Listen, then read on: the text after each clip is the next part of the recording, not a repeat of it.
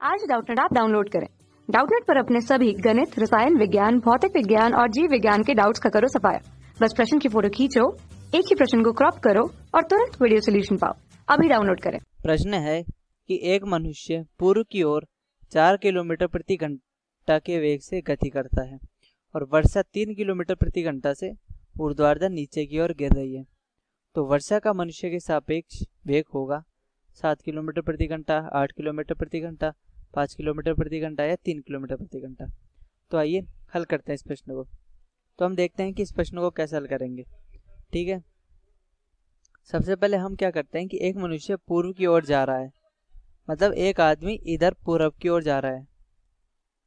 ठीक है, तो यह है मनुष्य का वेग, यानी कि वी एम सदिश।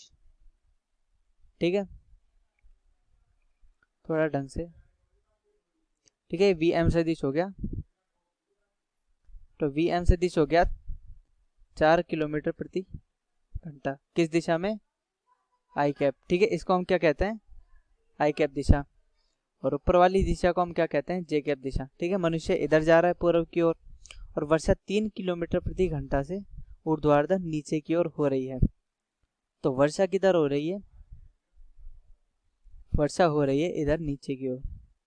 ठीक है, हम चाहे तो इस सदिश को इधर भी बना सकते हैं या इस सदिश को इधर भी बना सकते हैं। ठीक है, इस बात से फर्क नहीं पड़ता कि सदिश किधर बनाया जाए, क्योंकि हम जानते हैं कि एक सदिश को उठाकर हम दूसरी जगह पे भी रख सकते हैं। बस ये है कि उसका परिमाण नहीं बदलना चाहिए और उसके जो दिशा है वो दिशा नहीं बदलनी चाहिए। तो हम इसको इधर बनाएं या फिर इधर बनाएं, एक ही बात है। ठीक है, तो यह है वर्षा का वेग वी आर सदिश। ठीक है, और वी आर सदिश क्या है? 3 किलोमीटर पर आवर माइनस जे कैप, क्योंकि हम देख रहे हैं कि जे कैप कौन सी है? ऊपर की दिशा। तो माइनस जे कैप हमने लिख ली नीचे की दिशा। तो हमें लिखना है कि वर्षा का मनुष्य के सापेक्ष वेग, वर्षा का मनुष्य के सापेक्ष वेग।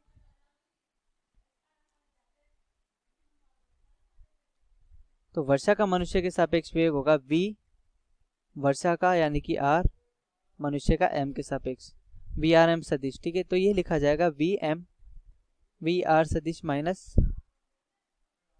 वी एम सदिश। ठीक है, तो ये हमारे पास लिखा जाएगा वर्षा का इसके सापेक्ष वेग।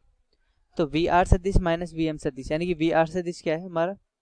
-3 जे कैप माइनस 4 ए कैप। तो हमारे पास क्या निकला? 3, यानी कि इसको अगर मैं आई और जे के पदों में लिखूं तो 4 आई कैप प्लस 3 जे कैप किलोमीटर पर आवर। ठीक है, और अगर हम यहाँ से देखें तो हम यहाँ से हमें क्या निकालना पड़ेगा? V R minus V M.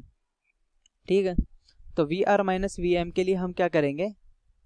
हमें वी एम को उल्टा करना पड़ेगा। ठीक है, ये वी एम इधर है तो ये माइनस वी एम किधर हो गया हमारा? माइनस वी एम इधर हो गया।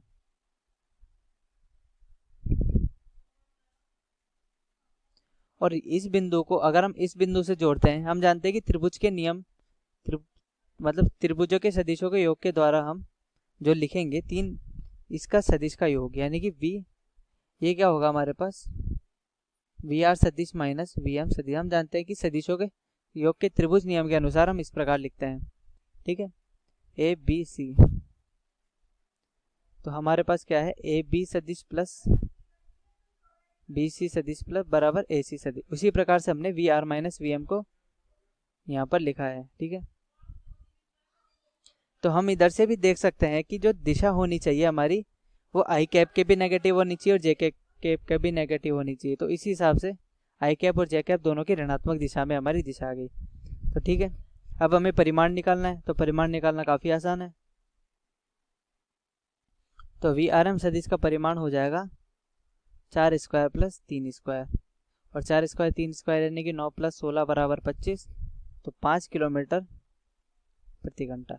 तो अतः हमारे इस प्रश्न का उत्तर आया सी ऑप्शन, 5 किलोमीटर प्रति घंटा। मैं चाहता था यहाँ से इसके बाद डायरेक्ट ये पद निकाल सकता था, पर उससे पहले हमें इस प्रश्न को इस हिसाब से भी समझना पड़ता है, क्योंकि इस प्रकार के कई सारे प्रश्न ऐसे होते हैं जिनमें हमको ये चित्र बना के और इस प्रकार से सदिश नियम से हमें VR माइनस VM निकालना पड़ता है। ठीक है, तो अतः इस प्रकार हमारा प्रश्न हल हुआ।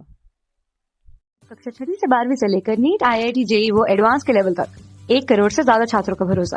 आज ही डाउनलोड करें डाउटनेट ऐप या व्हाट्सएप करें अपने सारे डाउट्स 8400 400 400 पर।